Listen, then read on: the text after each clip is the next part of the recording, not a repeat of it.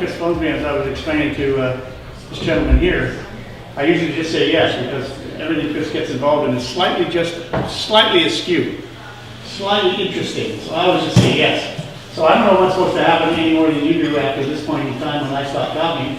And hopefully you have a question or two about either my life with Bucky the Beaver, my life as an itinerant consultant and professional speaker, or the top one there. I think Chris changed a little bit. I think we originally said what matters most.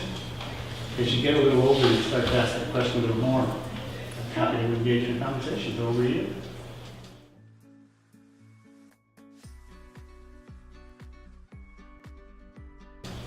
I got a question. Yeah. So did you say that you started in business, then you switched to speaking for a living? No, I started off as a high school teacher.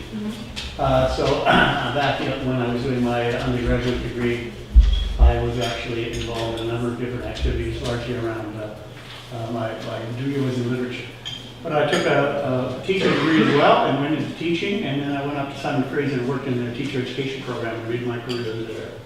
So I worked at Simon Fraser for 25 years, retired in 2000. So how do you know that was the right decision to make? Like there's so many options, right? There's so many decisions that are great opportunities. How do you choose one that is right for you? I don't think I've ever made an intelligent, deliberate decision in my entire 72 years of employment. We go through processes for making intelligent decisions, and that's part of the work I do with businesses. Goal setting, strategic planning, how to get the job done, basically. And so it's always a nice piece of business on paper. It looks good. Do a little conflict diagram, do a little PMI, figure out this, figure out that, do the weighting, figure out which skill, make an intelligent decision, check your heart, check your head, check your friends, how's that work? Yep, make it. But oftentimes I think at the end of the day, we just make decisions based on a lot of data and then whatever our heart tells us we should be measured, and then we make the best of it. Oh, yeah. And I think most people stumble through their career like that, making the best of a decision that they kind of half made, but not cool now. What's the worst decision you've ever made in your life? That's a killer. The worst decision I ever made in my life. Yeah. You can play the pass on this if you want. I could play the pass, but I won't pass, but I'll say that I'm a boomer. I'm the first boomer. I have that copyright, by the way. Boomer 1, copyright, or in January 1947 early. Boomers couldn't miss. I mean, we came behind the biggest democratic push in the world. So as my brother used to say, if you're a boomer and you really haven't done very well, you're either really stupid or you really made a bad mistake somewhere. So I didn't. I just kind of chugged along with what was the most interesting democratic push in the history of human species. I didn't make any bad decisions. My decisions kind of stumbled into them. And luckily, I'm one of those few people who didn't have to go to war, didn't have to go through a depression. I didn't have to go through what almost every other generation of folks has had to go through. So when I say bad decisions, I was lucky enough not to have to make any. It's gonna be like emotional too, like relationship decisions, like anything. Oh yeah, now you want to get into a relationship. I don't remember her name, but I do recall it wasn't my best idea, but no. Yeah. Thanks, nice question.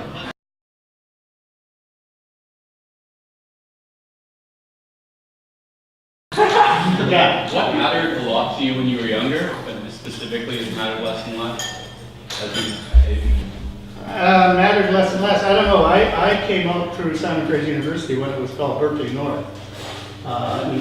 Take over the administration building stuff. It wasn't era. It was the Vietnam era, coming up from the States, summer of 1969. So it was filled with a very strange cultural push driven by the largest demographic of young people, etc. And so we rolled along in such a way as to simply take advantage of that role. I don't know how to address the question directly. Spin it to me again. What mattered to you a lot as you were younger, and does it seem to matter less and less as you age? It was a generational thing that I think he inherited culturally, that we just simply cared. We cared about other people, we cared about the state of the world, we cared about fighting at that time what we perceived to be an establishment which had gone awry. I think I've carried with those things most of my life. I now work in the environment school at Royal Roads University, and I think I've translated most of my activist notions, which were largely political as a young person, more now into the environmental field. But of course, you can't be an environmental activist without being a political activist, so that just pulls the whole game back together anyway. So I don't think I've cared about something I lost so much as cared about something that I have over time polished to a higher state of luster, I hope.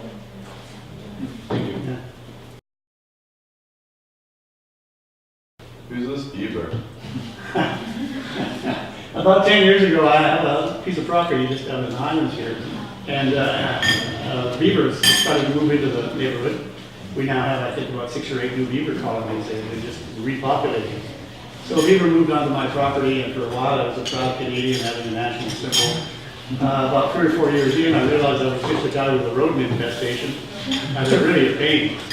But I have, for the last 10 years, tried to cohabit with Bucky.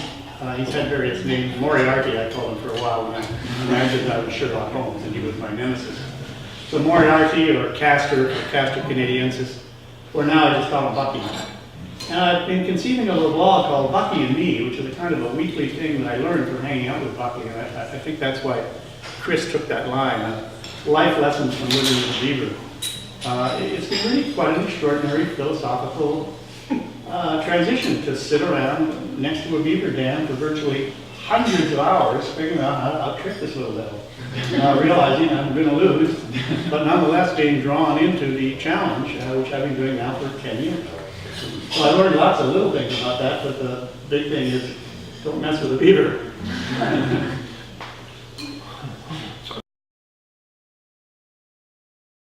Yeah. How did you transition from working at SFU to speaking? What did that look like? Well, you know, I was accidentally successful in that regard, and that is at SFU I began to work on all the off-campus programs. So I was the guy who did the continuing programs on undergraduate credit, graduate credit, off-campus continuing ed. That's why I worked closely with UVic and UVC and other institutions. So because I worked with so many extension groups, I worked with virtually every partner group in education in the province. I was in the Faculty of Education. And I worked with 30 or 40 school districts. So when I retired from Simon Fraser, my phone just kept ringing. And because my wife was still working, I said, oh, what the heck. So I went into the last 15 years or so of just being full-time consultant. Healthcare, justice, government, education, and some business. And I should say that it's been a wonderful roller coaster ride. So although it's an interesting field to be into, it is also, of course, one fraught with pitfall, but I certainly had a terrific journey.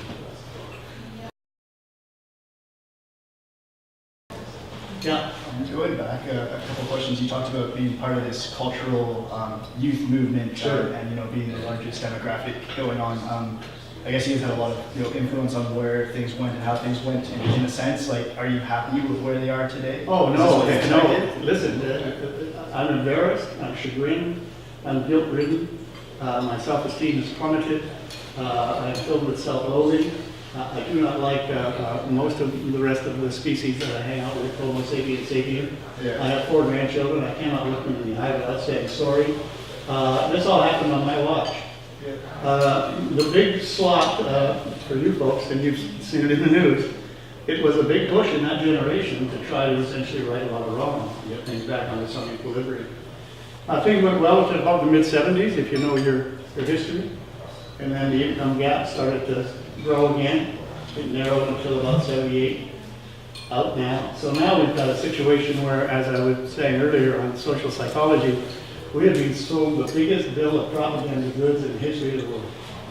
So whatever we can do to wake ourselves up out of the trance dance and start getting on with the business of what's really important in the world, the better off I'm going to feel. So yes, I'm not very happy with how things turned out. It happened on, of course, my watch, our watch.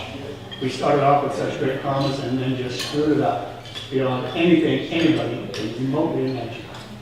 Not a good legacy. Kind of random on that one, but what's your favorite book you've read? Your favorite book? You know, it's interesting. I was just looking at my bookshelf. I'm trying to do a Swedish death cleaning. That's a concept which says as you get to be a little more aware of their mortality, and it becomes a kind of a travesty to leave all these boxes full of junk to my poor children. So I'm trying to clear out. So I was going through my books recently and noticed a lot of books I put aside to actually leave to my kids. And I think the most important book I ever read, and it's not because the book was terrific, but because I was ready for it, I guess. As the Zen folks would say, when the student is ready, the teacher will appear. And the teacher that appeared for me was a book called Zen and the Art of Motorcycle Maintenance Oh, yeah. by Robert Persick, which just at that point in time whacked me on the side of the head about 9 ways to Tuesday, and I have since been trying to understand it to this very day, having read it 3 or 4 times since.